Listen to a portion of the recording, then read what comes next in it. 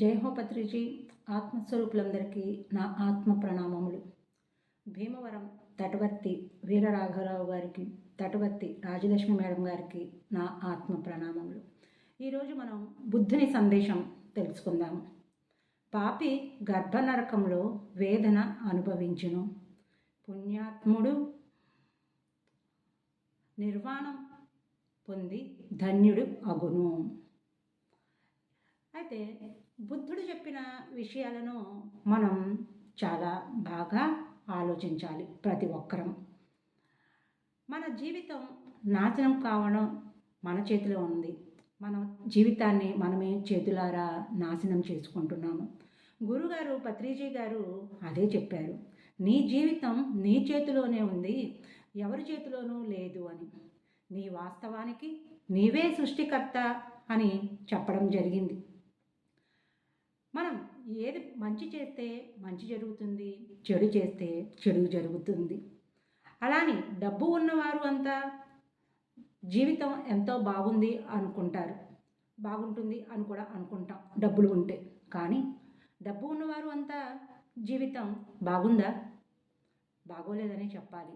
ఏదో ఒక కారణంతో బాధపడుతూనే ఉన్నారు.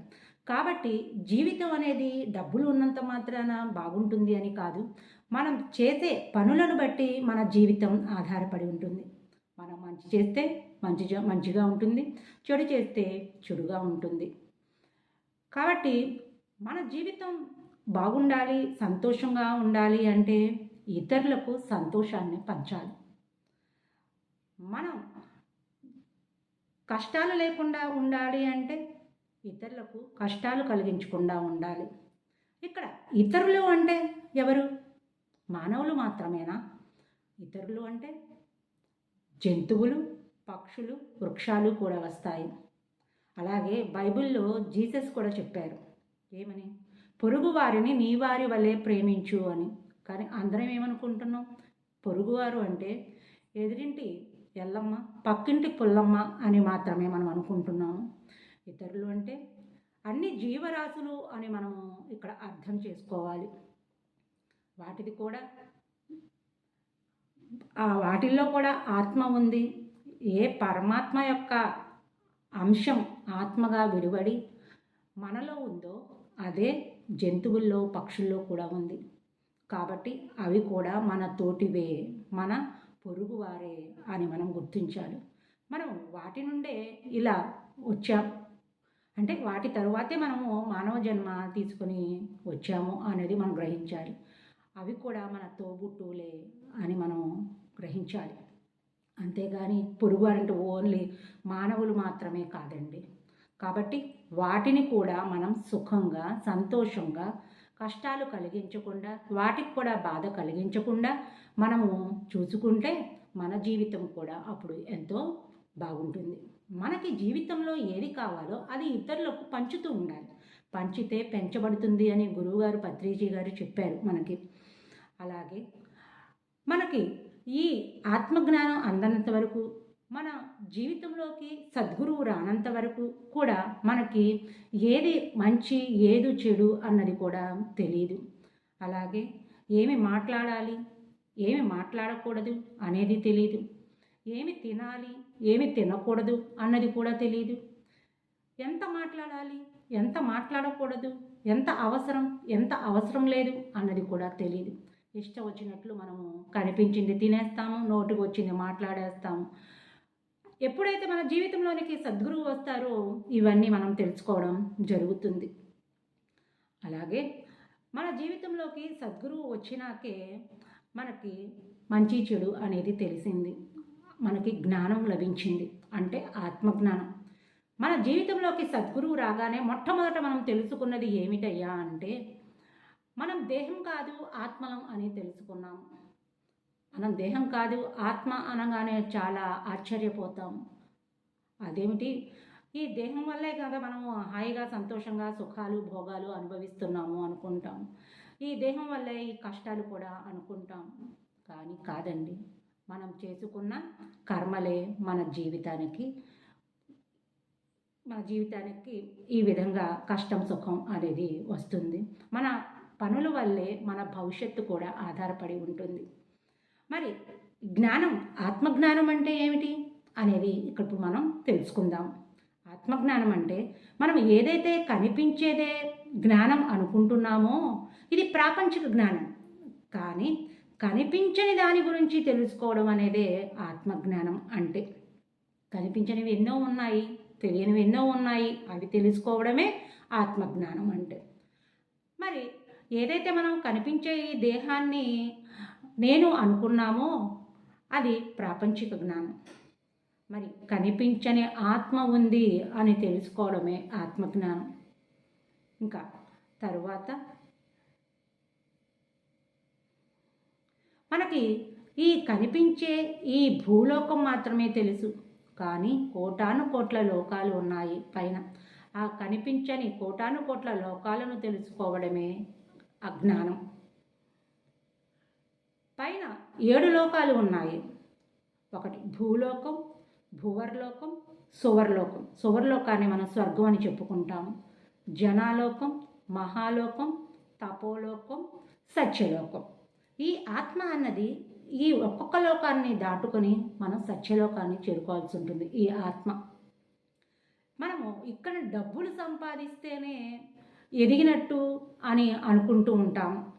కానీ జ్ఞానం పెంచుకుంటే ఈ ఆత్మ ఎదుగుదలను మనం ధ్యానం ద్వారా మన ఆత్మ ఉన్నత లోకాలకు అంటే ఊర్ధ్వలోకాలకు సత్యలోకం వరకు చేరుకోవడాన్ని ఎదుగుదల అని చెప్పుకుంటాం.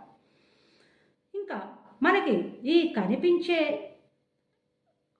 భూలోకంలో ఎలా అయితే బ్యాంకు ఖాతాలు ఉన్నాయో వాటిలో మనం ఎలా అయితే డబ్బులు దాచుకుంటామో అలాగే ఆ కనిపించని పైలోకాల్లో కూడా బ్యాంకు ఖాతాలు ఉన్నాయండి. వాటిలో మనం కర్మలను దాచుకుంటాం. ఆ కర్మలను అక్కడ పోగు చేసుకుంటాం అన్నమాట. అలాగే మనం చనిపోయినాక ఇంక ఏమీ లేదు అనుకుంటాము, కానీ చనిపోయాక ఇంకా ఉంది అని తెలుసుకుంటాము జ్ఞానం సంపాదించుకుంటే. అంతకుముందు ఏమనుకున్నాం, ఇంకా చనిపోయామనుకుంటాం. కానీ ఎప్పుడైతే మనకి జ్ఞానం లభించిందో అప్పుడు మనకి చావు లేదు, చచ్చినా చావం అని తెలుసుకుంటాము. ఎందుకంటే మనం ఆత్మలం కాబట్టి, తిరిగి మళ్ళీ ఈ భూలోకంలోనికి వస్తాము కాబట్టి. అలాగే అంతకుముందు ఈ కనిపించే వాళ్ళంతా అంటే మన కుటుంబంలో ఉన్నవారంతా, భార్య కావచ్చు, భర్త కావచ్చు, పిల్లలు కావచ్చు, మన బంధువులు కావచ్చు, స్నేహితులు కావచ్చు, వీళ్ళంతా నా వాళ్ళే అనుకుంటాం. కానీ ఎప్పుడైతే జ్ఞానాన్ని పొందుతామో అప్పుడు వీరు కూడా పైలోకాల్లో వేరే వేరే లోకాల నుంచి ఆత్మలుగా ఈ భూమి మీదకి జన్మ తీసుకుని వచ్చారు, వారి అనుభవాల కోసమే అని మనం అర్థం చేసుకుంటాం. అలాగే ఇలా ఎన్నో రకాలు మనము ఆత్మజ్ఞానం లభించకముందు ఒక రకంగా జీవిస్తాము, ఆత్మజ్ఞానం లభించినాక మరొక రకంగా జీవిస్తాం. అంతకుముందు ఎలా జీవించాలో తెలియదు, ఆత్మజ్ఞానం పొందిన తరువాత ఎలా జీవించాలో తెలుస్తుంది. ఎప్పుడు కూడా జీవితానికి ఒకవైపే చూసి మనం నిర్ణయాలు తీసుకుంటూ ఉంటాం. కానీ ఎప్పుడైతే ఆత్మజ్ఞానం లభిస్తుందో జీవితానికి రెండవ వైపు చూడడం మనం మొదలు పెడతాము. అలాగే మన నాణానికి ఒకవైపు చూస్తే సరిపోదు, నాణానికి రెండవ వైపు కూడా చూడాలి. ఆ రెండో వైపు చూసినప్పుడే జీవితంలో కూడా మన జీవితం సాఫీగా జరుగుతుంది. ఎప్పుడైతే మనం రెండవ వైపు చూడలేదో అప్పుడు మన జీవితం అస్తవ్యస్తంగా ఉంటుంది. ఎన్నో కష్టాలు వచ్చాయి అనుకుంటాము, వేరే వారి మీద నింద మోపుతాము. వీరి వల్ల కష్టాలు వచ్చాయి, వారి వల్ల కష్టాలు వచ్చాయని పాయింట్అవుట్ చేసి వేలు ఎదుటి వారి మీద చూపిస్తూ ఉంటాము. ఎప్పుడైతే ఆత్మజ్ఞానం పొందుతామో అప్పుడు నా వాస్తవానికి నేనే సృష్టికర్తను, నేను చేసుకున్నదే నేను అనుభవిస్తున్నాను అని మనము తెలుసుకుంటాము. ఇక్కడ బుద్ధుడు ఏమి చెప్పారంటే, పాపి గర్భనరకంలో వేదన అనుభవిస్తాడు అని చెప్పారు. అంటే మనము ఇతరులకు ఏది చేస్తే అదే వస్తుంది. మనం ఇతరులకు హాని చేస్తూ, జంతువులను హింసిస్తూ, జంతువులని కాదు మానవులను కూడా మాటల ద్వారా చేతల ద్వారా కూడా మనము ఏదో విధంగా హింసిస్తూ ఉంటాం. అలా హింసించినప్పుడు కూడా మనము పాపాన్ని మూటగట్టుకుంటాము. అప్పుడు ఆ పాపి తల్లి గర్భంలో వేదన అనుభవిస్తాడు. అందుకని మనము జీవితానికి రెండవ వైపు కూడా చూడాలి. అటువంటి వారు పాపి గర్భంలో పడి వేదన అనుభవిస్తాడు. మరి పుణ్యాత్ముడు నిర్వాణం పొంది ధన్యుడవుతాడు అని కూడా బుద్ధుల వారు చెప్పడం జరిగింది. మరి పుణ్యాత్ముడు ఏమి చేస్తాడు? తాను సుఖంగా సంతోషంగా ఉంటాడు, ఇతరులకు కూడా సంతోషాన్ని పంచుతాడు, ఎవరికి ఎటువంటి హాని చేయడు.